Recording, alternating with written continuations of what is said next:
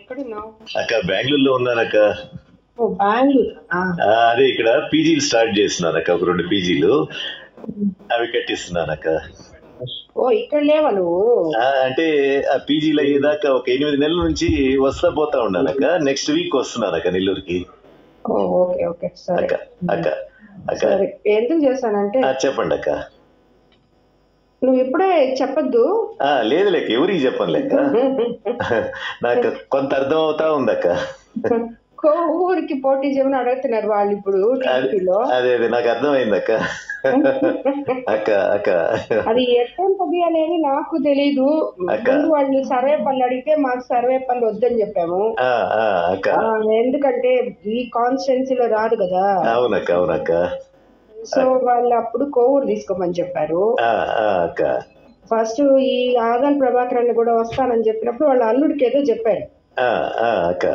ఇప్పుడు ఆయన మానేశాడు, మళ్ళీ వెనక్కి పోయేశాడు. ఆయన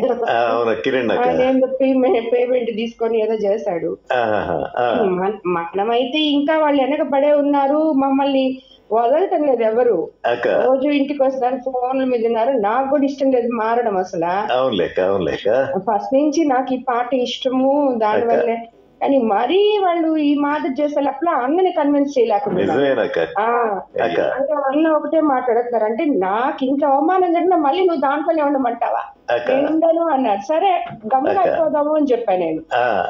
అంత చేతగాంతనంగా నేను ఎందుకు ఉండాను? నాకేమి రాజకీయం అవసరం లేదు, పోటీ చేస్తా నేను.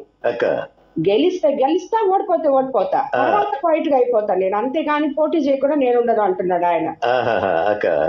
సో అది ఇప్పుడు జరుగుతుండేది.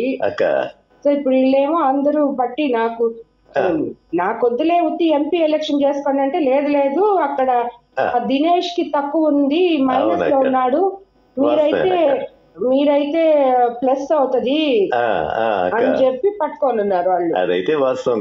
దినేష్ అయితే వీక్ క్యాండిడేటే అక్కడ. ఇంకా నేను మీ గురించి ఏం చెప్పేదాక అన్నా, మీరు కావాలైనా కోవూరైనా అని చెప్పి అంటున్నారు ముందు. కోవూరు అయితే ఈయన ఆదాల వాళ్ళ అల్లుడికి ఇప్పుడు వాళ్ళు రావట్లేదు కాబట్టి వాళ్ళు కావాలి. ఆల్రెడీ కావ్య కృష్ణారెడ్డి ఉన్నాడు, అతను చూసుకుంటాడు. సో కోవూరే తీసుకోండి అని చెప్తున్నారు. అదే కావలొచ్చి కావ్య కృష్ణారెడ్డిని కూడా అక్కడ లోకల్ గా వ్యతిరేకించారు ఈ మధ్య అందరూ కలిసి. వ్యతిరేకించారు, కానీ వీడి మీద ఇంకా వ్యతిరేకుతుంది కదా.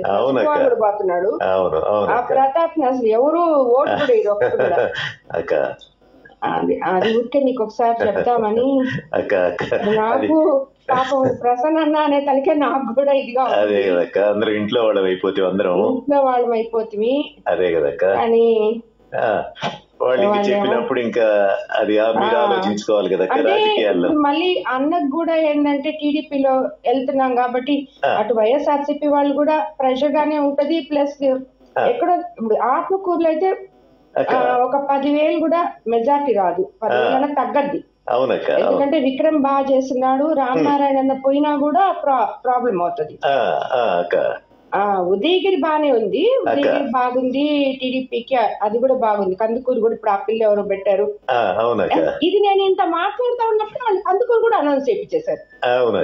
ఇంకా నా వెనకాల ఎందుకే మీరు బట్ట మీరు ఏమైనా చేసుకోండి అని నేను కూడా వదిలేసాను. అది నేను మధ్యస్థంగా ఏం చెప్పలే, నాకు మీరు అన్న ఇద్దరు కావాలి కదా. ఈ మధ్య ఏంటంటే నేను కూడా కొంచెం అన్నకు దూరంగానే ఉన్నానక్క.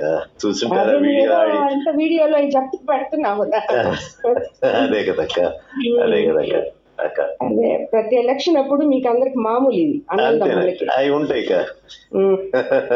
కానీ అక్క మనకెప్పుడు పెద్దగా లేవక్క. మేము పోయి తిరిగేది చేసేది, అన్న గెలుపు కోసం గట్టిగా కృషి చేసేవాళ్ళము, అన్ని ఉండేదక్క.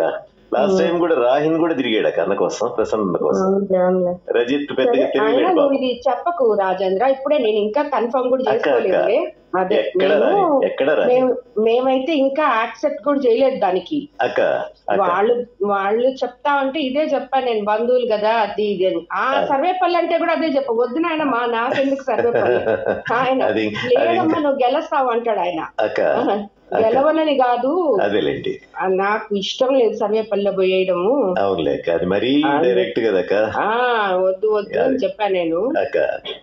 అంటే ఇంకా అంటే ఆయనకి టికెట్ ఇవ్వనే చెప్పారులే వాళ్ళు, ఆయనకి ఇవ్వట్లేదు అందుకని చెప్పి సర్వేపల్లి తీసుకోమనే చెప్పారు. అవునులే ఎవరు లేకపోతే ఆయనకి ఇస్తారు కదా పాపం.